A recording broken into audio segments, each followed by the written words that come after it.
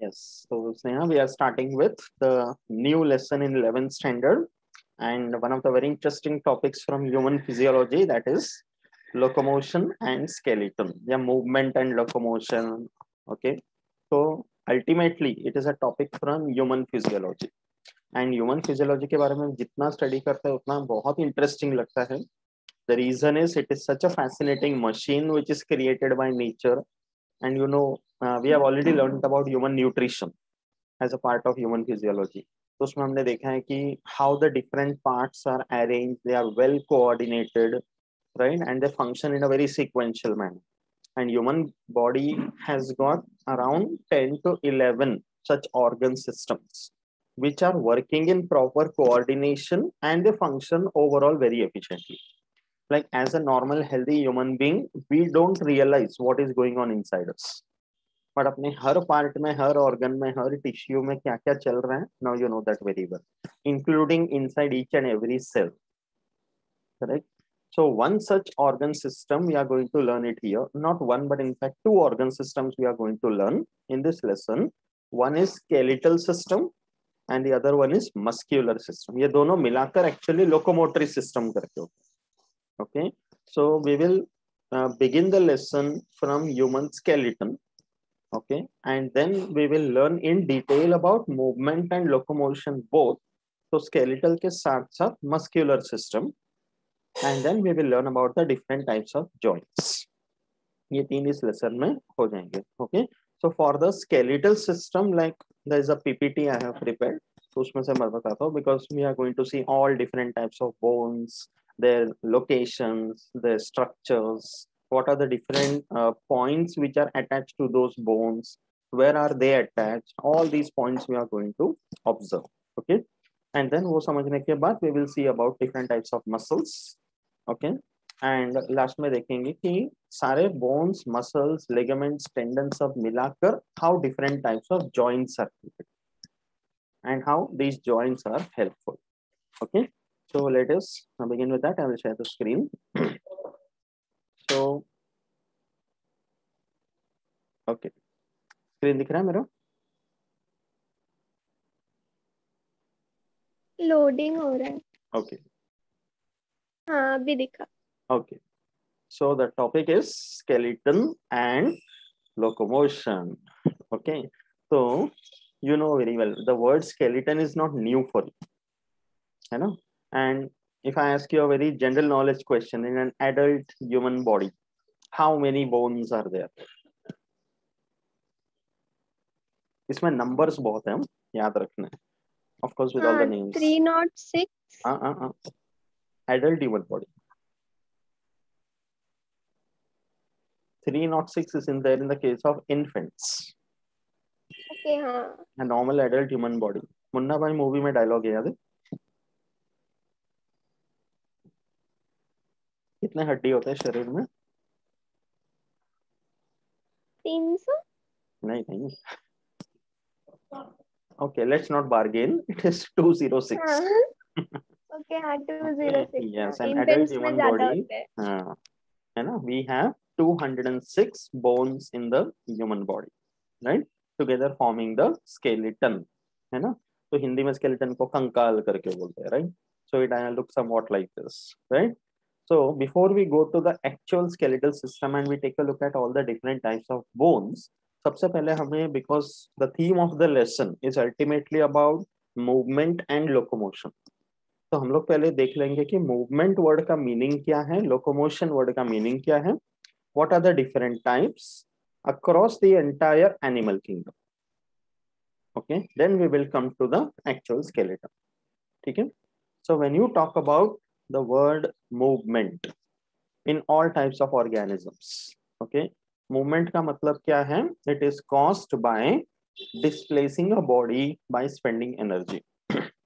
Simple meaning, same. Movement एक common सा word है, right? So right now, like you're blinking your eyes, okay, you're moving your hands, okay, you're nodding your head, ये सब movements, right?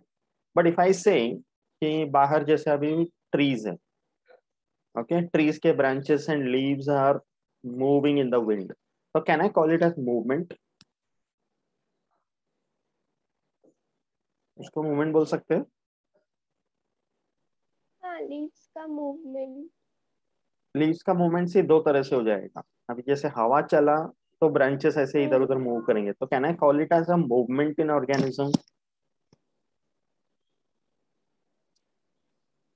No, why? खुद से नहीं कर रहा वो मूव, हाँ, विंड की वजह से कर रहा एग्जैक्टली। तो it is caused due to something which is there externally present. Okay, अभी जैसे पेपर का टुकड़ा है, वो भी हवा चलेगा तो उड़ेगा, but that is not movement. Okay, but if it is moving on its own, recollect that plant touch me not, है ना, लीव्स कैसे बंद हो रहे थे, that is movement. So here the main point is it has to do on its own by spending energy. So that is exhibited by organisms. So every organism will show some or the other movement. Okay, but what are the types? Two types of movements: internal movement, external movement. Okay, internal movement का मतलब है जैसे something happening within the body. So you have learned esophagus, food pipe, याद है? The pipe or the tube that connects the mouth and the throat to the stomach. So whatever you eat, after it is chewed by the saliva, it is passing with alternate contraction and relaxation movement into the stomach.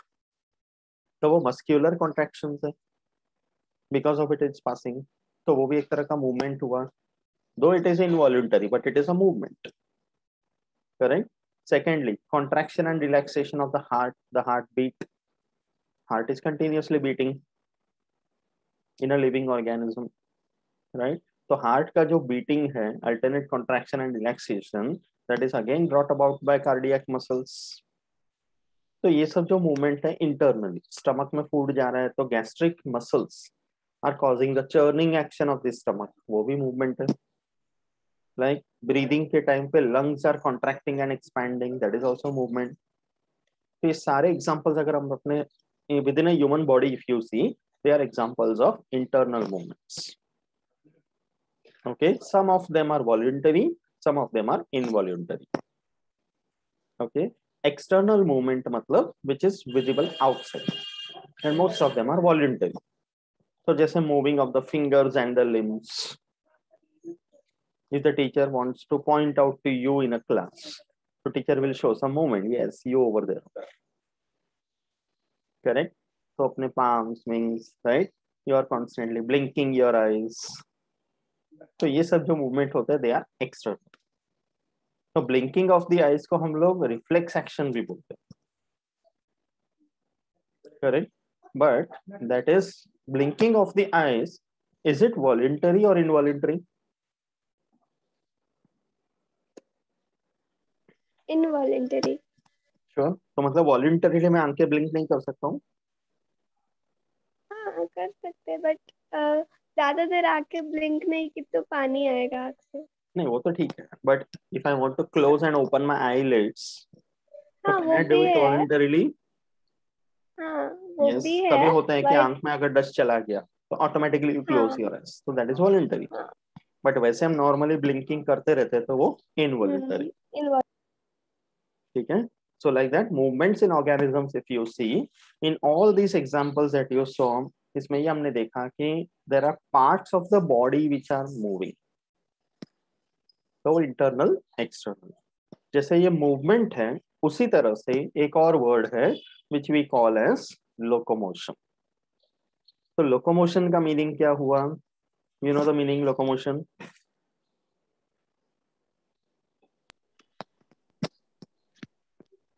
Going from one place to another. Correct. पूरा पूरा organism. Okay, when it is moving from one place to another, so it can be unicellular, it can be multicellular. Okay, so locomotion अगर हम बोलते हैं तो change in the locus of the whole body of organism, shifting from one place to another. A few days back you were in Mumbai, now you are in West Bengal, so locomotion हुआ है, right? So that is locomotion. Next week onwards I will start going to college, so every day locomotion, correct? So locomotion जब हम बोलते हैं तो in the entire animal kingdom, there are different types of locomotive movements. सबका locomotion एक जैसा नहीं होता, correct? So what are the types? First one, amoeboid movements. Amoeboid movement मतलब नाम से ही पता चल रहा है.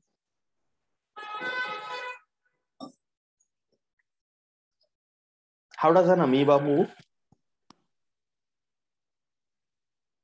वो ऐसे पैर को निकालता है फिर ऐसे मूव करता है something. Pseudopodia, right? हाँ, It will produce something called false feet. तो ल्यूकोसाइट्स में ये देखा गया, ओके, कि वो अमीबा या पैरामीश, अमीबा जैसे हम बोलते हैं कि वो सूडोपोडिया प्रोड्यूस किया, किसी ऑर्गेनिज्म को अंदर डाल दिया, तो that is amoeboid movement. No fixed direction और पैटर्न, उसको अमीबॉइड मूवमेंट बोलते. Second type is ciliary movement which is caused due to cilia. तो पैरामीशियम में जैसे होते हैं, okay, can you see the cilia, है ना? एंड इसी तरह का ये तो पैरामीशियम एक पूरा ऑर्गेनिज्म हो गया, but with in the body also, inside the wind pipe or inside fallopian tube in the reproductive system. So there is something called ciliated epithelium.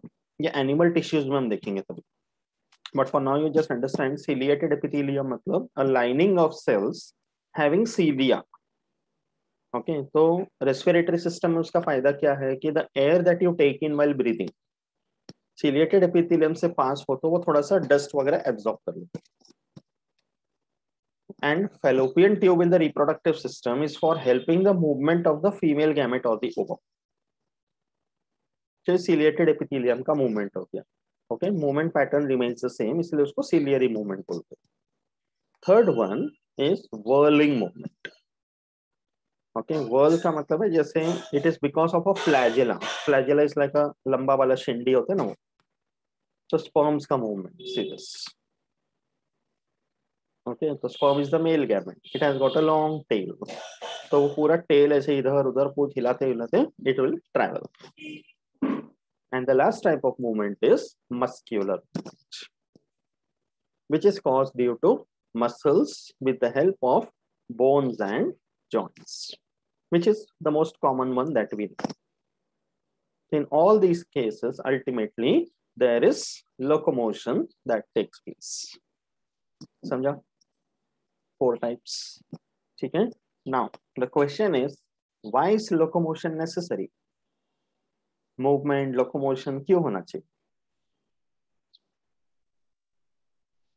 Locomotion is special, moving from one place to another.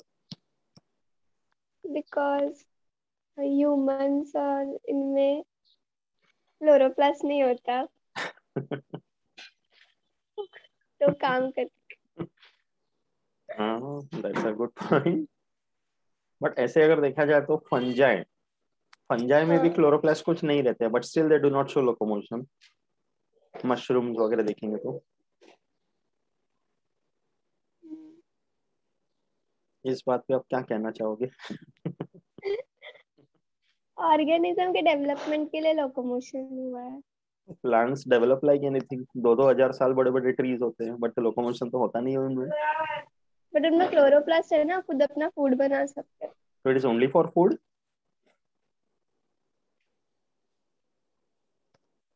What you are trying to say is correct. Habitat हाँ, habitat के लिए भी है. Locomotion क्यों जरूरी है? Because organisms have to search for food. Those who cannot prepare their own food, they need to search. जैसे monkeys एक ट्री से दूसरे ट्री पे जोड़ी मारते हैं, तो खाना वगैरह ढूंढते हैं, तो उसके लिए लोकोमोशन जरूरी है. कोई आके उनको थाली में परोसने नहीं वाला है, right? Even for shelter, birds कैसे उड़ते हैं? So they find a good place where they make their nest. तो लोकोमोशन है, इसलिए वो इधर उधर जा पा रहे हैं ना, right? Locomotion is needed even for mating, to search a partner for a mate. Birds देखना कितने अच्छे अच्छे डांस वगैरह करते हैं. पीकॉक मॉनसून आता नहीं कि एकदम पूरा अपना फ्लावर्स का डिस्प्ले निकाल कर शुरू हो जाते हैं, तो लोकोमोशन करते हैं, इसलिए तो फीमेल अट्रैक्ट होते हैं. Many other animals also show so many different patterns of attracting a mate. कुछ हवा में उड़ का स्टंट्स दिखाते हैं, राइट? कोई जमीन पे कुछ स्टंट्स वगैरह करते हैं, या प्रीडेटर्स है तो प्रे को कैच करेंगे, प्रे है तो प्रीडेटर से बचना होगा. तो for all that locomotion is necessary, right. Breeding ground, you know migration, birds कितना दूर दूर माइग्रेट करते हैं. We have learn that in animal kingdom, है ना. कितने दूर दूर तक माइग्रेट करके जाते हैं बर्ड्स, एक कंट्री से दूसरे कंट्री, एक कॉन्टिनेंट से दूसरे कॉन्टिनेंट तक. So that is possible because of locomotion. Even terrestrial animals also migrate.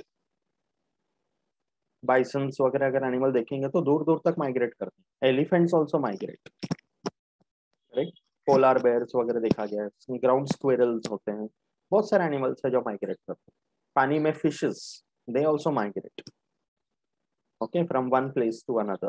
So locomotion is necessary for so many purposes. Okay, तो nature का क्या rule है कि ultimately whenever there is any system which is provided to an organism, it has to be useful. बिना मतलब का कोई चीज नहीं है अपने पास in general. Because अगर locomotion movement भी है, it has to be brought about. Muscles use कर रहे हैं, bones use कर रहे हैं. So for every such activity, there is energy being spent. Even for a activity like blinking of the eyes, energy use कर रहे हैं. तो नेचर का रूल क्या है कि अगर एनर्जी यूज कर रहा है तो बिना मतलब मत यूज करो, या as far as possible avoid the wastage of energy. That is the principle. Okay, तो ये अल्टीमेटली नेचर क्या दिखते हैं कि if any property is provided to an organism, if it is beneficial for its survival, adaptation, breeding, passing on to the next generation, then the nature will allow that organism to keep that property. Otherwise it won't. So locomotion is also one of them. ठीक है, समझा यहाँ तक अच्छे से basic introduction. ठीक है, now we are going to the actual skeletal system in human beings. So out of all of them, अभी बाकी ऑर्गेनिजम्स के बारे में हम इस लेसन में अभी नहीं पढ़ रहे. We are talking about muscular system, the skeletal system, and the joints in human body in this lesson. ठीक है. Yeah. So let's continue with the actual skeletal system first, right? So you know very well कि the human skeletal system, it comprises, अभी दो words होते हैं जो हमने animal kingdom में ये दो वर्ड्स सुने थे. एक था exoskeleton, the other one is endoskeleton, right? So in the entire animal kingdom we have seen that, जैसे अगर हम फाइलम आर्थ्रोपोडा बोलते हैं तो उसमें एक्सोस्केलेटन था काइटिन का. So that's why you take a cockroach in your hand and you crush it, तो एक crunchy sound आता है. That is because of chitin, right? So similar way in the higher animals, in mammals and in fact in human beings, exoskeleton is in the form of hair. So we have hair on the skin. दूसरे mammals में जैसे fur होता है, जैसे polar bear मगर बोला जाए, right? But endoskeleton is ultimately made up of bones. Okay, so endoskeleton मतलब the skeletal system inside the body. Okay, so ये bones के बने होते. तो bones का ultimately function क्या है? जैसे हमने स्टार्टिंग में बोला कि 206 bones in the entire body. तो what is the important function? Okay, पहला function है कि bones के वजह से the body gets a proper framework. Correct? एक proper shape और एक framework होता है. Imagine a human being without bones in the body. कैसा रहेगा? Right? तो बिना बोन्स का कैसा रहेगा इंसान? Like a standing earthworm. तो लटक रहा है. है ना. तो ऐसा नहीं होता है, बोन्स चाहिए शरीर में, राइट. तो framework of the body. Secondly, because of the bones the body gets a proper shape and identity, है ना. उसका एक अपना बनावट हो जाता है, शेप हो जाता है, right. The head gets a proper shape, the hands and legs get a proper shape. Entire body has its own shape. And other important thing, bones are very hard structures. They are very hard tissues. Animal tissue जब हम lesson करेंगे उसमें वापस bones के बारे में discuss करेंगे, but as a tissue कि उसमें कौन से सेल्स है, उसका अरेंजमेंट कैसा है, ओके, वो उसमें देखेंगे. यहाँ पर we are just looking at it कि how bones protect the delicate organs inside the body. Correct. कि इंटरनली वाइटल ऑर्गन्स है, like the heart, the lungs, the brain, stomach, right. ये सारे ऑर्गन्स को अंदर प्रोटेक्शन मिला है बिकॉज ऑफ द बोन्स. तो physical protection, correct. And bones के साथ कनेक्टेड है मसल्स, और बोन्स के साथ कनेक्टेड है टेंडन्स एंड लिगामेंट्स आल्सो। तो इन सब के वजह से movement and locomotion is possible, right. So bones also help in that movement and locomotion, and bones are the ones that provide a proper surface for the attachment of muscles. Muscles के attachment bones की वजह से मिलते हैं, right? And bones ultimately ऐसे tissues हैं जिनमें पूरा कैल्शियम भरा हुआ है, so they are the reservoir of calcium mineral. तो अगर ब्लड में कभी कैल्शियम लेवल कम हो गया, डाइट में कैल्शियम लेवल कम हो गया, so the bones are the ones which attack and some amount of calcium is given to the blood. And अगर कभी डाइट में ब्लड में कैल्शियम ज्यादा भी हो गया तो extra calcium ions are given back to the bones and deposited over there. तो बोन्स के सारे functions, so that's why bones are very important tissues. You know, there's an important word called hemopoiesis. Okay, hemopoiesis, hema. Hema means what? Haemo मतलब blood, blood में haemoglobin होता है ना, वैसा। Okay, तो हेमोपोइएसिस का मतलब है formation of the cells of the blood. तो आरबीसीज, डब्ल्यूबीसीज, platelets, okay, we are going to learn that in circulatory system in 12th standard. तो ब्लड के सेल्स का फॉर्मेशन बोन्स के अंदर होता है। हाँ, नैरो बोन में होता है ना। मैरो, मैरो, नैरो नहीं, मैरो, मैरो, हाँ। Bone marrow. ओके, तो ये सारे उसके फंक्शंस होंगे। तो एग्जाम में लाइक शॉर्ट नोट क्वेश्चन भी आ सकते हैं, फंक्शंस ऑफ द बोन्स। तो you are going to write that, but इस तरह के पॉइंट्स अगर लिखना तो मेन पॉइंट पहले आएंगे। The ordering of the points is also very important. Okay, ये बोन्स के फंक्शन, ठीक है। Now you know very well, adult में 206 बोन्स आर देयर। ओके, सबके अपने अपने नाम है बोन्स के। So in this lesson, when you are learning about the bones, you need to know the name of each and every bone in every part of the body. Okay, and उसको commonly क्या बोला जाता है, उसका structure क्या है, location क्या है, ये सब आना चाहिए। Okay, but if you see the 206 bones, see एक एक individually हम हड्डी हाथ में लेके नहीं पढ़ेंगे। There is a particular way in which it is classified. So if you see the classification of the bones, the entire skeleton is divided into two parts. एक है axial skeleton, the other one is appendicular skeleton. Axial, the word has come from the word axis. Axis का मतलब है something which is there in the central part of the body. So you know very well, human beings are bilaterally symmetrical. Animal kingdom में हमने देखा था, right? So it's like it's only one plane in which the animal can be divided into two equal parts. That is in the center. तो sir से लेके नीचे तक जो सेंट्रल पोर्शन में, that all comes under axial skeleton. तो इस diagram में अगर देखेगी तो ये जो सारे बोन्स जो व्हाइट कलर में दिख रहे हैं, they form a part of axial skeleton. And the ones which you can see in green color, they are coming under appendicular. Appendicular का मतलब है which are like appendage words है कि the other parts attached to the main axis. That's why appendicular you can see they are present mainly on the sides. That's how you understand. तो axial skeleton में कौन कौन से आएंगे? सबसे पहले होगा skull. Okay, skull मतलब खोपड़ी. Okay, तो चेहरे के सारे bones. तो skull actually cranium बोलना ज्यादा बेटर है. Okay, so we will see each one of them. तो उसमें 29 bones है. Okay, फिर टोटल कितना है? 206. तो 206 में से axial skeleton takes up 80 bones and appendicular में बाकी 126। ये नंबर्स याद रखना। ओके, ऑल पॉसिबल क्वेश्चंस आते हैं नंबर्स के ऊपर, बहुत क्वेश्चन आते हैं। ओके, तो स्कल या क्रेनियम में 29, then you have the vertebral column, तो उसमें आएंगे 26 बोन्स। रिब्स हैं 12 pairs of ribs, so 24 bones. Okay, and 1 sternum. ये सब मिलाकर होगा एक्सियल स्केलेटन। एपेंडिकुलर में the limbs and the girdles. Limbs का मतलब है हाथ और पैर। The bones of the arms 60, 30 in each hand. Similarly in the legs 30 in each leg. तो 60 तो इधर ही हो गए। Okay, patella, patella is the knee cap. Okay, ये जो पैर में नी कैप होता है ना वो। एंड गर्डल्स, गर्डल्स का मतलब है kind of joint between axial and appendicular.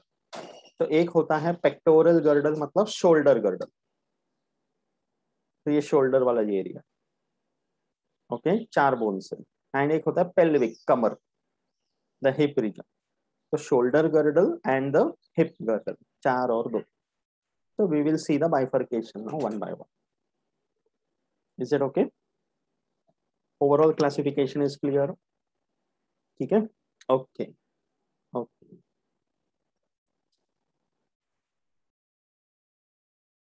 So axial and appendicular का समझा डिफरेंस, ठीक है।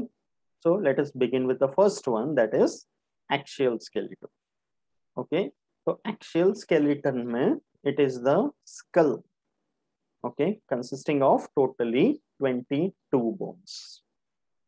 ओके, 22 कैसा है मैं बताता हूँ। We will see the bifurcation one by one. तो स्कल में जो 22 बोन्स है, ये अपना खोपड़ी, you know that.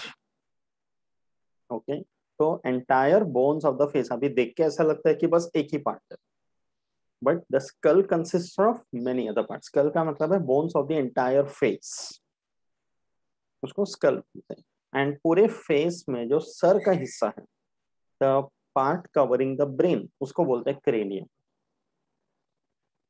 Okay, so under the skull, the cranium consists of 8 bones. Okay, so what are the bones of the cranium? अब उसके नाम और उसका नंबर ये पहले देख लेते हैं, ठीक है। तो क्रेनियम के 8 बोन में सबसे पहले frontal 1 bone. Okay, frontal is the one in the front, ठीक है। Next would be parietal. Parietal मतलब ये जो ऊपर के side, 2 of. Okay, then you have temporal, जो कान के ऊपर वाला part, they are again 2 of them on each side. Okay, फिर है ऑक्सीपिटल, बैक,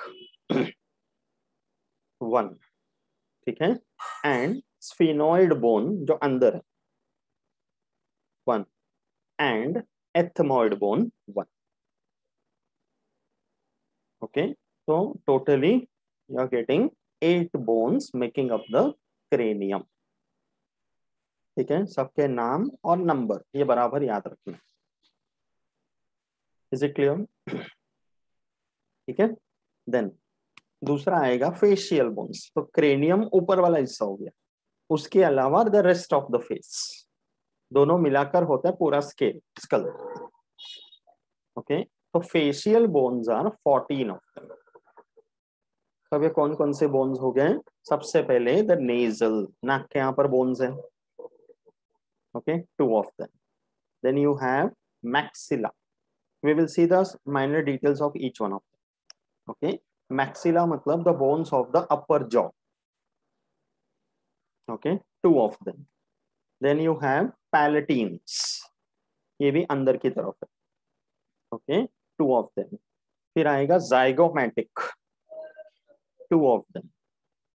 देन है लैक्रिमल, जो आइज के पास है, 2 of them. Inferior nasal concave, 2 of them, नाम से ही पता चल रहा है, ओके। देन है vomer, 1 bone. And mandible, bone of the lower jaw, 1। तो ये सारे बोन्स हो गए फेशियल बोन्स। तो क्रेनियम के 8, फेशियल के 14, दोनों मिलाकर हो गए स्कल के 22। अंडरस्टूड? ओके, अब देखते हैं about each one of them, ठीक है। ये नाम सब फर्स्ट टाइम सुन रही है तो ऐसा लगेगा कैसे याद रहेगा करके, but it will be easy to remember, ठीक है। So let us see the cranium first. अब ये टेक्स्ट बुक के ही डायग्राम्स मैंने यहाँ इंक्लूड किए one by one, so you have to take a look at that and you have to understand, ठीक है। तो सबसे पहले हम क्रेनियम के बोन्स को देखेंगे, तो it is frontal bone, okay. Frontal का मतलब है, if you see the skull, दिख रहा है फ्रंटल, स्पेलिंग गलत है टेक्स्ट बुक में, फ्रंटल है, you can see the one in this front. Okay, तो frontal is the median bone, median मतलब जो सेंटर पे। Okay, it forms our forehead. And orbit का मतलब है आई सॉकेट्स, तो इसके ऊपर वाला हिस्सा बनता है। एंड पूरे क्रेनियम का जो सामने वाला पोर्शन है एंटीरियर, उसका major part is by the frontal. तो फ्रंटल के पीछे दो पैराइटल्स है, उससे कनेक्टेड है। ओके, एंड स्फिनोइड बोन देखना फ्रंटल के नीचे, this one behind the eyes we can see, and ethmoid bone towards the nose, this one. ये फ्रंटल इन सबसे कनेक्टेड है। इतना इतना ही याद रखना, लोकेशन एग्जैक्टली कहाँ पर है एंड द नंबर ऑब्वियसली। ठीक है, फ्रंटल के बाद आएगा parietal. Okay, parietal paired bones, two of them, because वो दोनों साइड में। तो क्रेनियम का पूरा रूफ बनेगा।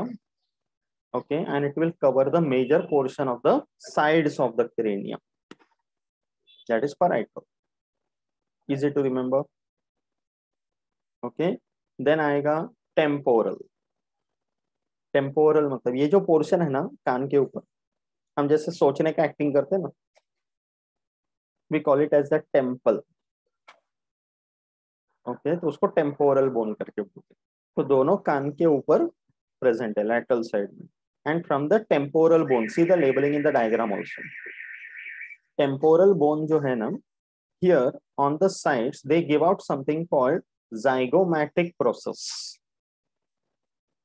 ओके, दोनों साइड से जाइगोमैटिक प्रोसेस करके आते हैं। वो क्या करते हैं कि टेम्पोरल के नीचे, दीज आर द चीक्स, तो चीक्स के बोन को जाइगोमैटिक बोन्स बोलते हैं।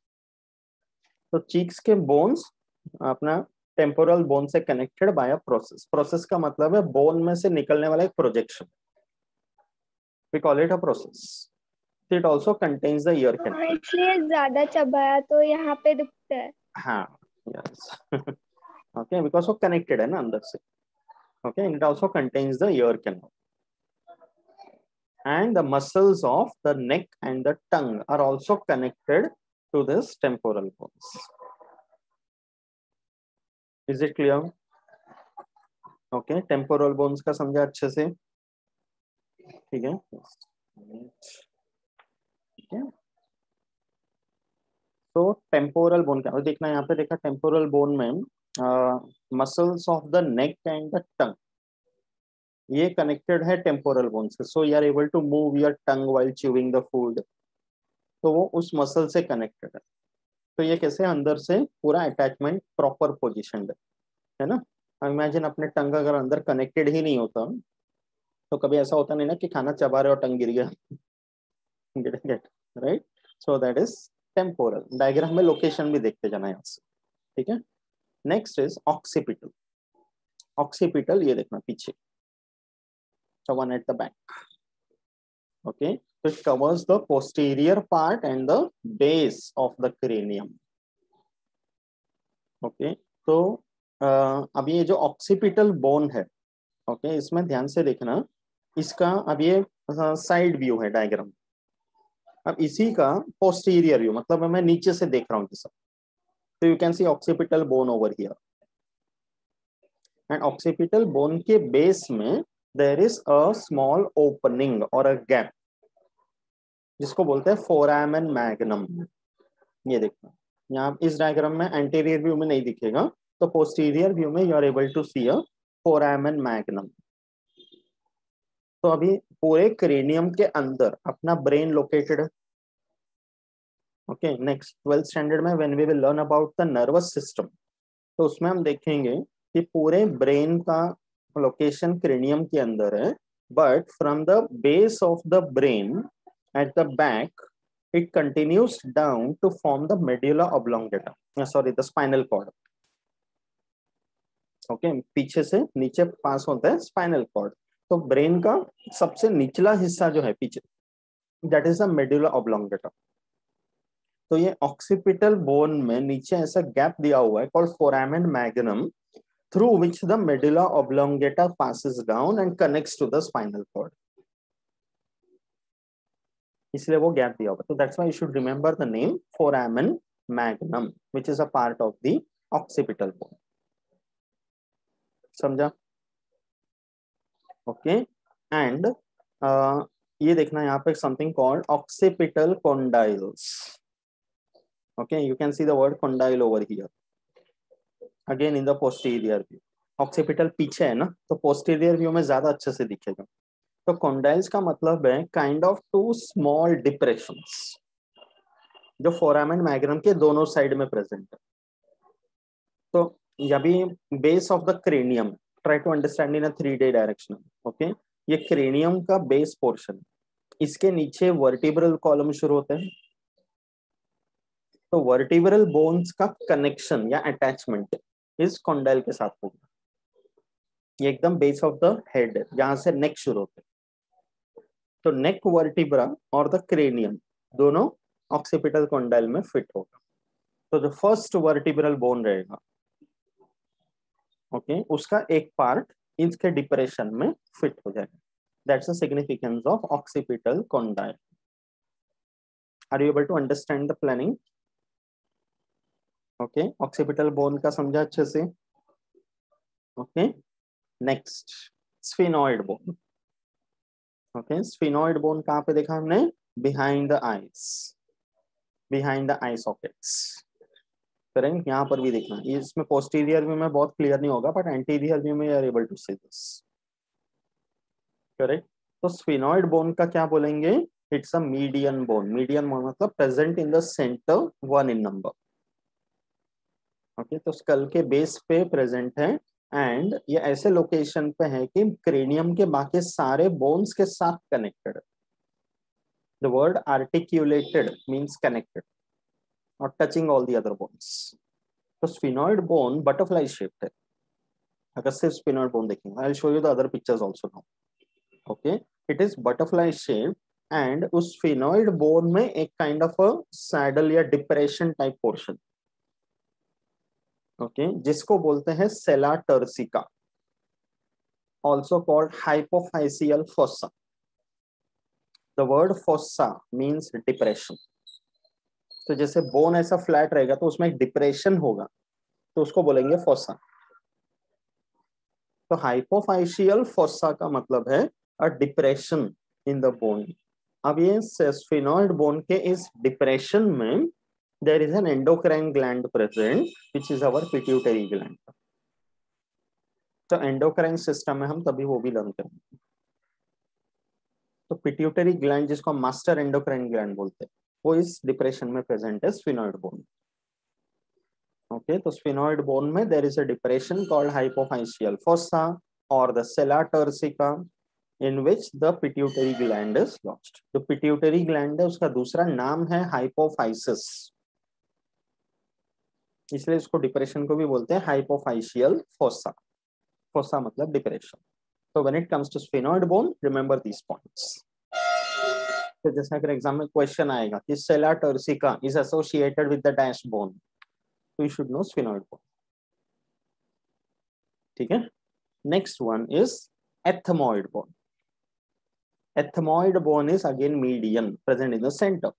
ये जैसे you can see the location near the nose. Okay, and it appears spongy. So it is located anterior to the sphenoid. Sphenoid के सामने, anterior मतलब front, and nasal bones के पीछे. Okay, so we have something called nasal septum. ये जो नाक है, बीच में एक partition है अंदर. You can feel that, right? तो अंदर जो दो gaps हैं, एक partition बन रहा है. तो ये ethmoid bone is the one which contributes to form that partition and nasal cavity को support है ना. नाक के ऊपर यहाँ टच करेंगे तो एक बोन है, देखना ऊपर, वो अपना ethmoid bone. समझा? Okay, all the bones of the skull are clear. cranium, ठीक है. अब cranium के बाद let's see it.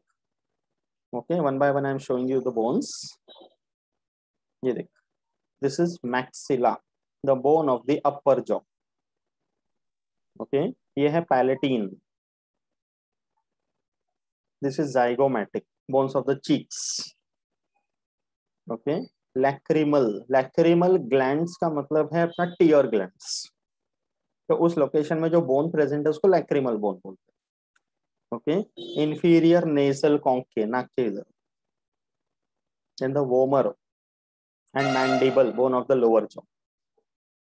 Now we will see these bones also. ठीक है, ये देख, ये क्रेनियम। अभी हमने फ्रंटल पैराइटल वगैरह देखा इन द क्रेनियम, करेक्ट। अब ये जो क्रेनियम का स्ट्रक्चर है, इसको अगर हम ध्यान से देखेंगे तो you will find something called sutures in the school. Sutures are a type of immovable joints in the skull. Okay, तो ध्यान से देखना, ऐसा लग रहा है स्कल के बोन्स को बीच में सिला के निकाला है, स्टिच किया हुआ है जैसा, राइट। तो there are different types of sutures in the skull, you should know their locations and the names. सबसे पहला है कोरोनल सूचर, ये प्रेजेंट है between the frontal and the parietals. Frontal ये फ्रंट वाला, पैराइटल ये दोनों बाजू वाला, तो इन तीनों को कनेक्ट करने वाला ये जो सूचर है इसको बोलेंगे कोरोनल सूचर। ओके, तो सूचर्स के बारे में you should know their names and the locations. Okay, second one है सजाइटल सूचर। सजाइटल ये है जो यू कैन से मांग भरते हैं ना, ओके, लेडीज जो करते हैं अपने, तो उसको बोलेंगे सजाइटल सूचर। तो नेक्स्ट टाइम ऐसे किसी लेडी को करते हुए देखेंगे तो रिवाइज करने का, sagittal suture between the two parietals. Okay, third one है lambdoidal suture. Okay, two parietals with occipital, ये नाम देखना यहाँ पे, तो पीछे के साइड में जो दोनों पैराइटल विद ऑक्सीपिटल, उसको बोलते हैं lambdoidal suture. Okay, and fourth one squamous या lateral sutures. This is the one that joins parietal and temporal on the lateral side. तो इस parietal का इस temporal के साथ, उस आगे वाले parietal का उस temporal के साथ, then it is called squamous suture. Okay, so चार sutures के नाम याद रखना है, which are associated with the different bones of the cranium. Okay, so pronounce कर नाम, first one. But ये remove नहीं होते, नहीं मूव नहीं होते, मतलब ऐसे, अपना खोपड़ी के बोन्स मूव नहीं करते ना। हाँ, Okay, they मतलब are ये like क्या stages fixed. जैसा है ना, हाँ, तो they are joints actually. Okay, okay, ऐसा स्टिच नहीं करते ना कोई, they are just joints. Okay, तो ऐसे जॉइंट्स होते हैं स्कल में, ठीक है। So tell the names, first one pronounce करो। कोरोनल सूचर, ये नहीं बोलेंगे ना, कोरोना वर्ड है इसमें। Okay, second one, sagittal suture, हाँ sagittal. Sagittal suture, third one, lambdoidal suture, correct, squamous और लैटरल सूचर। करेक्ट, ठीक है। तो sutures in the school can be like, it can be asked as a brief question और something, या locations अगर पूछेंगे तो you should know the points. Clear है, not very difficult to understand, बस नाम है अलग अलग, technical words you have to remember. ठीक है, अब उतना तो करना ही पड़ेगा ना, इजी नाम तो नहीं देंगे, राइट। ओके, ये देखो, ये कौन है? Baby. Yes of course, you know very well कि जब बहुत छोटे बेबीज होते हैं, new born, may be a few days और समथिंग, तो उस बच्चे के सर को बहुत केयरफुली पकड़ना होता है बच्चे को जब उठाते हैं, हाँ एंड इसका सर स्पेशली बहुत सॉफ्ट होता है पीछे से, हाँ, है ना। इसलिए जब बेबी को उठाते हैं तो एकदम ऐसा गला लटकता जाए ऐसा नहीं होना चाहिए, पूरे सर के साथ पकड़ के उठाना चाहिए carefully, right. It feels soft from the back, है ना। So in the skull of a baby, ये अगर देखेंगे तो जैसे हमने अभी जो हमने देखा क्रेनियम का, वो एडल्ट के बोन्स से, now here we are talking about an infant. तो in the infant there are 6 spots in the skull जिनको बोलते हैं फॉन्टेनल्स। ओके, तो ये जो फॉन्टेनल्स होते हैं ना, ये एकदम ऐसे सॉफ्ट होते हैं। तो बाय द एज ऑफ 2 उस बच्चे के सर में जो ये फॉन्टेनल्स हैं वो हो जाते हैं ऑसिफाइड। ऑसिफाइड मतलब ये soft portion gets turned into a bone. उसको बोलते हैं ossification. इसलिए by the age of 2 the skull is like almost fully formed. तब तक उसके बच्चे का सर जो होता है वो एकदम सॉफ्ट होता है. Okay, तो 6 spots in the cranium called fontanelle. You don't need to name the names and all. Just इतना याद रखना है 6 spots है जिनको बोलते हैं fontanelles. Okay, so fontanelles क्यों जरूरी है बेबी के लिए? Because it provides the flexibility to the skull during birth. During the birth of a child, उस skull में थोड़ा flexibility जरूर, because it is the head that comes out first. Correct? तो थोड़ा सा flexible रहेगा तो birth में आसानी होगा. That is the one reason. And infancy से एकदम rapid growth infancy के time पे रहेगा. The physical growth of the body. So for the rapid growth of the brain, the skull has to be, the cranium has to be slightly flexible. Okay, that's the reason the fontanelles are provided. कि fully formed cranium पहले से नहीं होता. तो जितना ये बच्चा एकदम छोटा है तो भाई 6 ऐसे spots हैं which are soft. And then you can see धीरे धीरे वो कैसे bone में convert होते जाते हैं. And finally in the adult stage, it is forming the complete sutures. समझा? Okay, ये cranium bones के साथ associated था. That's why this information was also provided. Fontanelles. ये word याद रखना है. ठीक है? Now, after the cranium, let's come to the face. Okay, so there are 14 facial bones. Okay, तो facial bones का नाम से ही पता चल रहा है कि they are the bones of the entire face, which gives a characteristic shape to the face. And growth of the face will stop at the age of 16. Okay, 16 के आसपास face का जो growth है वो stop हो जाता है. So I think in your case अब इससे ज्यादा चेहरा develop नहीं होगा. Right? हाँ. Correct. Okay, तो generally the growth stops या slows down. कि मतलब fully formed एक complete face जो होता है वो इस age में आ जाते हैं normally. Okay, bones के case में like this is being talked about as far with respect to the bones. इससे ज्यादा bones नहीं develop होते हैं. तो अभी when you talk about the bones of the face, 14 of them, नाम तो हमने देख लिया. Now we will see the locations one by one. Okay, so the first one, the nasals. Okay, diagram में ध्यान से देखना. Nasal bones किधर है ये देख. Okay, यहाँ पे. So you can feel these two bones. है ना? Ethmoid bone contribute करता है nasal bone बनाने के लिए. तो जो actual हमें सामने पता चल रहे हैं वो nasals. They are paired bones forming the bridge of the nose. और ये जरूरी है. Correct? That is nasal. Second one is maxillae. Maxillae जैसे मैंने बताया the bones of the upper jaw. ये देख. Okay, तो एग्जाम में क्वेश्चन कैसे आएगा पता है? The bone of the upper jaw is called dash. So you should know it is maxillae. Or maxilla is the bone of the dash. So you should know upper jaw. ये सब ऐसे ऐसे possible questions है. ठीक है, and में लेता हूँ वेरिएशन बट यू नो. ठीक है, तो maxillae they are paired bones of the upper jaw. And upper jaw का लोकेशन ऐसा है कि फेस के सारे बोन्स के साथ वो कनेक्टेड है except the one of the lower jaw that is mandible. तो मैंडिबल मैक्सिला कनेक्टेड नहीं है. एंड मैक्सिले में क्या है? दांत के ऊपर का जो रो है पूरा वो मैक्सिले में प्रेजेंट है. It's obvious. ठीक है, मैक्सिला के बाद है पैलेटीन्स. पैलेटीन किधर दिख रहे हैं? एनी लेबलिंग कैन यू सी पैलेटीन्स? हाँ, एक्चुअली पैलेटीन एक्चुअली डायग्राम में देखना थोड़ा मुश्किल है. The reason is they are paired bones. They form the roof of the buccal cavity. Buccal cavity का मतलब है माउथ कैविटी या चीक्स.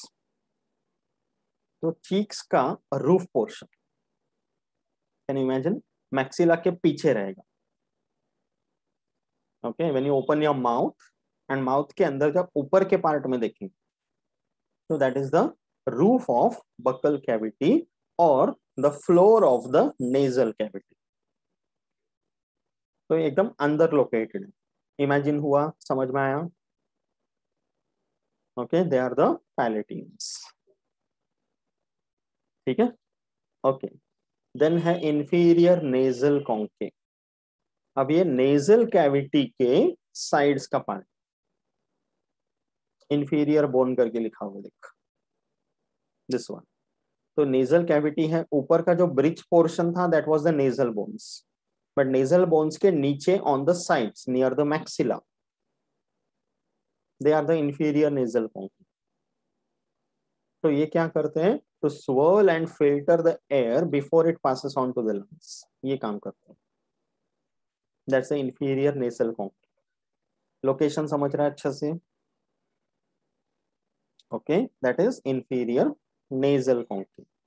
Then है zygomatic bones। zygomatic याद रखना है, the bones of the cheeks। Okay, तो यहाँ cheeks के ऊपर देखना, this side, दोनों साइड में है bones। Can you feel that? Right? तो वो है zygomatic bones, the cheek bones। ठीक है, एंड जाइगोमैटिक बोन्स में से जाइगोमैटिक प्रोसेस निकलते हैं जो टेम्पोरल बोन से कनेक्टेड है, तो it keeps the cheeks in its place. So next time somebody comes and pulls your cheeks, you are supposed to say zygomatic bones। Zygomatic। Okay, then next है lacrimal bones। lacrimal देखना near the eyes, as I said कि lacrimal glands are the tear glands। Okay, so lacrimal bones पूरे facial bones में से सबसे smallest। Okay, and orbit का मतलब है आई सॉकेट्स, जिसमें दोनों अपने आंखें बैठे हुए, उनको ऑर्बिट्स बोलते हैं। ओके, तो ऑर्बिट्स का दोनों मीडियन वॉल बनता है लैक्रिमल को, and they have something called lacrimal fossa. Fossa का मीनिंग मैंने बताया था, what is that? Depression. Correct. तो लैक्रिमल फॉसा इस बोन में प्रेजेंट है, जिसमें लैक्रिमल सैक प्रेजेंट है, and these sacs will gather the tears and send them to the nasal cavity. That's why when a person cries, जब tears निकलते तो आंख के आंसू नहीं, क्या नाक से निकलते। कभी ज्यादा रोते हुए देखो लोगों को तो, है ना, रोते रोते ऐसे करोगे, because it goes into the nose also. तो ये इधर से कनेक्टेड है lacrimal bones. Is it clear? Okay, okay. तो लैक्रिमल बोन्स लोकेशन समझा डायग्राम में? Okay, of course these diagrams are not there for drawing, if you want you can attempt that. हाँ। Okay, okay. Mandible, mandible is the bone of the lower jaw, ये वाला। Okay, and it is the largest and the strongest facial bone. तो ये बहुत सारे ऐसे possible questions है, largest, longest, smallest, okay, hardest, इस तरह के अलग अलग बोन्स के फैक्ट्स याद रखने।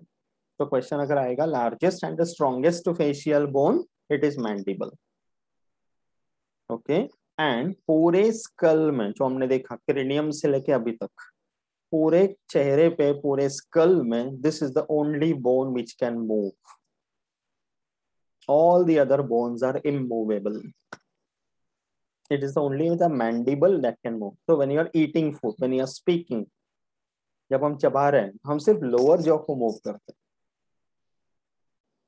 है ना। आज तक कितनी बार किया रहेगा, बट कभी सोचा नहीं, right. So now when you will eat, okay, you will remember when you are chewing the food, it is the mandible which you can move। maxilla को हम ऊपर नीचे नहीं करते, it is a mandible which moves। okay, and from this mandible there is a curved horizontal body, ये पीछे दिख रहा है प्रोसेस, ओके, उसको बोलते हैं rami। okay, and these are the ones which help in attachment of the muscle, because if I want to move my mandible, I need to use my muscles, correct, and it has got the lower row of the teeth present in it। the upper row of the teeth are present attached to the maxillae, lower row of teeth are lodged in the mandible। समझा अच्छी तरह से?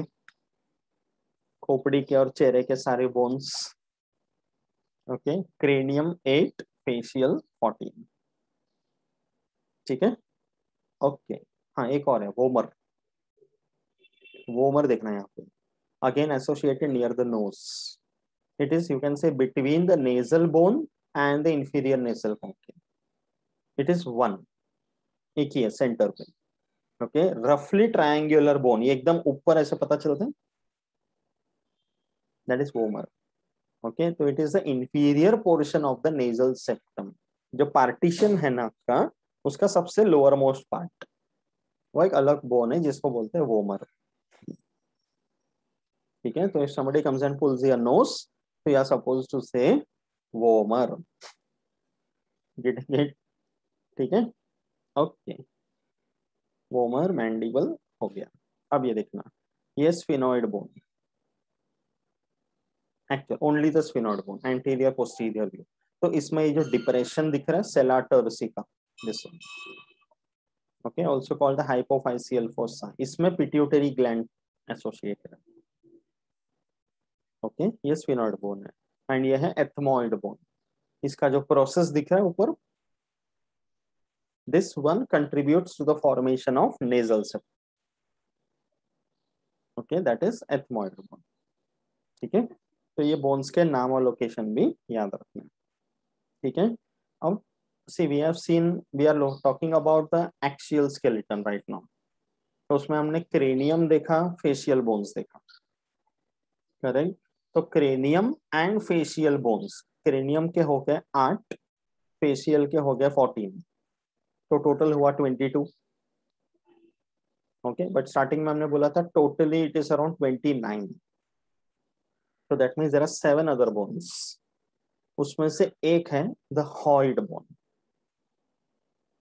Okay, hyoid bone is just one, और ये क्या है, this is the hyoid bone. ये किधर लोकेशन है, यहाँ पे लिखा है देखना, थायराइड कार्टिलेज, मतलब ये कौन से लोकेशन पे आया, where is our thyroid, in the throat. तो मतलब ये क्रेनियम स्कल से भी नीचे, थ्रोट रीजन। ओके, इसलिए इसको अलग से हम स्टडी कर रहे हैं। तो it's a U shaped bone as you can see, okay, that does not articulate with any other bone. तो ये थायराइड कार्टिलेज के ऊपर ऐसे प्रेजेंट है, ये किसी और बोन से एसोसिएटेड नहीं है, a separate bone all together. Okay, and it is suspended from the temporal bone, जो दोनों साइड में टेम्पोरल, टेम्पोरल बोन से लिगामेंट्स और मसल्स जाते हैं जो हॉइड बोन का अपनी जगह पे रखते हैं। Okay, that is why we are going to learn about this. So ये लोकेटेड है between the mandible and the larynx, larynx अपना वॉइस बॉक्स। तो मैंडिबल एंड लैरिंग्स के बीच में प्रेजेंट है hyoid bone. Okay, it has got one horizontal body, ये दिख रहा है, ये उसका body, and there are paired projections coming out on both the sides, जिसको बोलते हैं हॉर्न्स। तो दो टाइप के हॉर्न्स हैं, बड़े वाले को ग्रेटर हॉर्न बोलते हैं, छोटे वाले को lesser horn. There are other names also, greater cornua, lesser cornua भी बोलते हैं उसको। Okay, which are coming out. तो एक हॉइड बोन के क्या क्या पार्ट्स हो गए, one body and 2 pairs of horns, greater and lesser. Okay, and it provides the site for attachment of the tongue muscles and muscles of the neck as well as pharynx. Pharynx, you know, is the common portion for digestive system and respiratory system. तो वहां के muscles, टंग के muscles, नेक के muscles सब connected है hyoid bone से। समझा इसका लोकेशन अच्छे से। Now when it comes to hyoid bone, ध्यान से देख, इससे एसोसिएटेड एक बहुत इंपॉर्टेंट सिग्निफिकेंट एस्पेक्ट है। Okay, you know something called forensic science, हाँ, व्हाट इज दैट? मतलब फोरेंसिक इन्वेस्टिगेशन जब हम बोलते हैं तो उसका मीनिंग क्या है? हाँ, डेड बॉडी को पूरा करेक्ट, whenever there देखना, is फिर any kind of कैसे हुआ। unnatural death, हाँ है ना, जैसे क्रिमिनल एक्टिविटीज होते हैं, मर्डर हुआ, हाँ, पोस्टमार्टम करते हैं। पोस्टमार्टम करते हैं, करेक्ट, मैंने कल यहाँ पे सब सुना, right. So whenever this postmortem and all takes place, and when there is a death due to strangulation, strangulation का मतलब क्या है? मूवीज में सब देखा रहेगा, क्या कर रही है? हाँ, वो गला दबा के मारना। गला घोटना, है ना, कि अगर if somebody is murdered due to strangulation, गला दबा के मार रहे हैं। तो ऐसे केस में जब बॉडी मिलता है, पोस्टमार्टम किया जाते हैं, तो उसमें देखते हैं कि जो हॉइड बोन है ये फ्रैक्चर्ड है। ओके, तो whenever there is a strangulation or by hanging, तो गले पे प्रेशर आता है, तो ऐसे टाइम पे हॉइड बोन इज ब्रोकन। तो पोस्टमार्टम करते हैं तो ऐसे अगर सस्पेक्ट रहता है कि इस तरह से मर्डर हुआ रहेगा करके, तो it is the hyoid bone which is checked, it reveals a fracture like this. Is it clear? Okay, so murder due to strangulation or maybe even by hanging, hard bone is broken, fractured. Okay, मतलब ये bone टूटता है इसलिए death होता है? नहीं, इसके लिए डेथ नहीं होता है। डेथ तो मतलब वो चोकिंग की वजह से होता है, विंड पाइप ब्लॉक हो जाते हैं, सांस नहीं ले पाते हाँ। हैं, बट उस चक्कर में वो प्रेशर की वजह से ये हॉर्ड बोन का जो प्रोसेस है वो टूट जाता है। ओके, तो टूट जाता है तो सी अभी कोई खुद अपना गला तो नहीं दबा सकते, it is not possible to strangulate oneself. खुद को हैंग कर सकते हैं बट खुद को स्ट्रैंगुलेट नहीं कर सकते। For that any other person only can do it. तो कोई दूसरा इंसान अगर किसी का मर्डर कर रहे, गला घोट रहे, गला दबा रहे, तो वो प्रेशर पड़ेगा गले पे। एंड यहाँ इस पोर्शन में in the anterior part it is only the hyoid bone which is the one which will bear the pressure. Vertebral bones तो पीछे and there are many of them, तो वो टूटने के चांसेस नहीं है, but hyoid bone is single and उसमें से भी निकलते हैं प्रोसेस। तो स्ट्रैंगुलेशन में ये देखा गया है कि हॉइड बोन टूटा हुआ ही रहता है। तो मेनी टाइम्स इट हैपेंस ना कि जैसे कोई मर्डर करते हैं, स्ट्रैंगुलेट करके फिर बॉडी को कहीं और ठिकाना लगा देते हैं, तो अचानक से किसी रीजन से जब बॉडी मिलता है, इन्वेस्टिगेशन होता है, तो looking at the body nobody can say कि क्या हुआ है कब। बट जब पोस्टमार्टम करने वाले डॉक्टर्स होते हैं, when they do it, when they observe every part like this, उनका अपना एक प्रोटोकॉल रहता है, दे विल फॉलो दैट। तो हॉइड बोन को चेक करेंगे और वो टूटा हुआ मिला तो तुरंत एक अंदाजा लगाएंगे कि ये जो बॉडी मिला है इसका स्ट्रैंगुलेशन हुआ है। Accordingly the police will. But अगर मतलब मर्डर किया और हैंग कर दिया तो कैसे समझेगा? दैट इज ऑल्सो पॉसिबल, क्योंकि हॉइड बोन के फ्रैक्चर में भी एक पैटर्न रहेगा। okay, if someone else will hang a person and when a person hangs oneself, तो उसमें गले में जो निशान आता है ना वो दो अलग तरह के रहते हैं। कि जब कोई इंसान खुद को लटका रहे तो गला में ऐसा एकदम ऐसा यू शेप आएगा, बट कोई और अगर हैंग कर रहे हैं after the death of a person तो उसमें पैटर्न अलग रहेगा। Okay, and when this kind of criminal activity is done, it's not only the bones which are broken, blood supply भी रुक जाते हैं। ब्लड सप्लाई का रुकना भी पॉसिबल है, तो उसके वजह से भी एक अलग टाइप का निशान आ जाते हैं, है ना।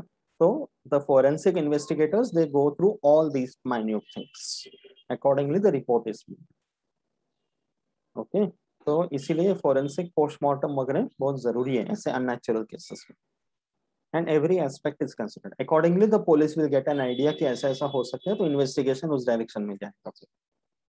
ओके, तो हॉइड बोन का यहाँ पे सिग्निफिकेंस समझा अच्छे से। तो स्केलेटल सिस्टम में आगे भी और ऐसे एग्जांपल्स आएंगे, आई टेल यू, कि जहाँ पे फोरेंसिक लोगों को पता चलते हैं कि बोन्स को देखकर कैसे अंदाजा लगाया जाए, तो bones give that idea also. Okay, specially when we will learn about this pelvic girdle. Okay, कभी कभी ऐसा होता है ना कि लाइक व्हेनेवर सडनली किसी जगह पे बस बॉडी मिल गया एंड वो बहुत पुराना केस रहेगा, बॉडी पूरा सड़ गया, ओनली बोन्स आर रिमेनिंग, तो उसमें कैसे पता चलेगा? कि सबसे पहला चीज तो ये पता करना है कि बॉडी मेल का था कि फीमेल का, है ना। तो उसमें पेल्विक गर्डल से पता चलता है ऐसा। When we discuss about pelvic girdle तभी कि बता। मतलब मेल और फीमेल का स्केलेटन सेम ही होता है? बाकी सब सेम रहता है, no difference, okay. But slight difference between male and female in the pelvic girdle. Pelvic girdle में डिफरेंस है, मतलब वैसे स्ट्रक्चरली सब सेम रहते हैं, बस size wise there is a difference. Okay, तो वो when we will come to appendicular skeleton तभी डिस्कस करते हैं। ओके, ये समझा हॉइड बोन का। After the hyoid bone, then we have the ear ossicles. Do you know this? The word ossicle stands for small bones, या tiny bones. Okay, ears के अंदर होता है वो. Yes. Okay, we have 3 ear bones in the middle ear. Again, 12th standard में you have a lesson called control and coordination, जिसमें हम nervous system के बारे में पढ़ेंगे, तो उसमें ईयर्स ऐसा सेंस ऑर्गन हम पूरा डिटेल में पढ़ेंगे. तो in the entire detailed structure of the ears we will come across this. तो अपना जो कान है ना, ओके, तो each ear is divided into 3 parts, external ear, middle ear and internal ear. तो ये जो मिडिल ईयर पोर्शन है, डायग्राम था 10th में. हाँ हाँ, ईयर्स का था ना थोड़ा सा, बट नॉट मच. 12th में पूरा डिटेल में आएगा. ओके, तो there are 3 such tiny bones in the ear, इसलिए the word is ossicles. तो दोनों कान में 3-3, तो we are having 6 of. Okay, इन तीनों के नाम याद रखने, the malleus, incus and stapes. Okay, and together जिनको ईयर ऑसिकल्स करके बोलते हैं. इसमें जो ये स्टेप्स हैं, एक छोटा हुक जैसे ही दिख रहा है देखो. ओके, जो स्टेप्स है, this is the smallest bone in our entire body, ये याद रखना. ओके, तो smallest bone in the entire body is the stapes of the middle ear. तो मैलियस, इनकस एंड स्टेप्स, इनके दूसरे भी नाम है हैमर, एनविल, स्टिरप. मैलियस को हैमर, यू कैन सी हथौड़े जैसे. ओके, इनकस को बोलते हैं एनविल, स्टेप्स को बोलते हैं स्टिरप, या other names of the same thing. तो उनके अपने अपने पार्ट्स है. There are, you can see processes निकल रहे हैं. एक काइंड ऑफ हैंडल है, anterior limb. It's just like कि एक बोन के साथ दूसरा बोन कनेक्टेड है, तो एक किधर अटैच रहेगा दूसरे को. तो for that there is a process required. And as you know कि every bone has got some muscles connected to it, तो मसल्स के अटैचमेंट के लिए पोजीशन रहते हैं. एंड एक बोन में कुछ ऐसा बॉल जैसा रहेगा, दूसरे में फिट होना रहेगा, तो डिप्रेशन एंड हेड. तो like that the structures are provided, but all 3 are necessary. तो इट्स लाइक अभी in short if I tell you कि जैसे अपना ईयर्स है, जो बाहर हमें दिखता है, that is the ear pinna. तो whatever sound waves are entering the ear, वो पहले अंदर जाएगा into our ear canal. Ear canal के एंड में we have something called eardrum. It's a membrane. Okay, इसको टिम्पैनम, सॉरी टिम्पैनम करके भी बोलते हैं उसको, ईयर ड्रम को. तो जब साउंड वेव्स अंदर जाता है तो टिम्पैनम वाइब्रेट करेगा. टिम्पैनम के अंदर वाले पोर्शन में ये तीनों बोन्स कनेक्टेड है, मैलियस, इनकस, स्टेप्स. तो टिम्पैनम वाइब्रेट करेगा तो मैलियस वाइब्रेट करेगा. मैलियस का वाइब्रेशन इनकस में पास होगा, इनकस का वाइब्रेशन स्टेप्स को पास करेगा, स्टेप्स का वाइब्रेशन अंदर वाले पार्ट में जाएगा. And then interiorly internal ear में और भी पार्ट्स है जो ऑडिटरी नर्व से कनेक्टेड है. तो जो साउंड वेव जा रहे हैं वो एम्पलीफाई करके ऑडिटरी नर्व्स तक पहुंचाकर nerves will take that stimulus to the brain कि okay this is the sound that is heard. And imagine how fast ये सब होता होगा. तो इसलिए ear ossicles are necessary. Okay, तो हमने अभी क्या क्या देखा. क्रेनियम के 8 बोन्स, स्कल के 14, then the 1 hyoid bone and 6 ear ossicles. Okay, तो ये हुआ पूरे चेहरे का up to the throat region, this part of the axial skeleton. अभी एक्सियल स्केलेटन में आगे और क्या बचा हुआ है. We are having vertebral column and the rib cage. और एक है कौन सा, तो वही स्टर्नम जो बोला था, but that is also part of the rib cage. Okay, so vertebral column and rib cage will complete the axial skeleton. Okay, अच्छी तरह समझा. Okay, so we have completed the discussion on the one part of the axial skeleton associated with the head and the face, that is cranium, skull. Okay, then we have the facial bones and the hyoid bone and ear ossicles. तो axial skeleton में अभी बचा हुआ है vertebral column and the thoracic cage, so that we will do together in the next session. ठीक है, उसके बाद we will continue with appendicular skeleton. ठीक है, यहाँ तक समझा? No doubt? No. Okay, of course there are a lot of names to be remembered, but they are names of the bones which I have not given them, वो nature वो already technically devised है, right? but ये एक बार से याद रह गया ना, समझ में आ जाएगा easily। okay, अच्छे से समझ में आएगा। like if the question is like what is the name of the bone of the lower jaw, so you know mandible। Mandible वो हो गया भाई। ऐसे तो याद रह जाएगा, एक आध दो बार रिवाइज करने में इजीली याद रह जाएगा। तो इसमें एक एक बोन के बारे में इससे ज्यादा डिटेल में नहीं जाना। okay, their location, the number and any other unique point about that bone, जैसे sphenoid bone में वो सेला टर्सी का था, ऐसे उतना ये सब याद रखना। like that we will study about the skeletal system। ठीक है? हाँ।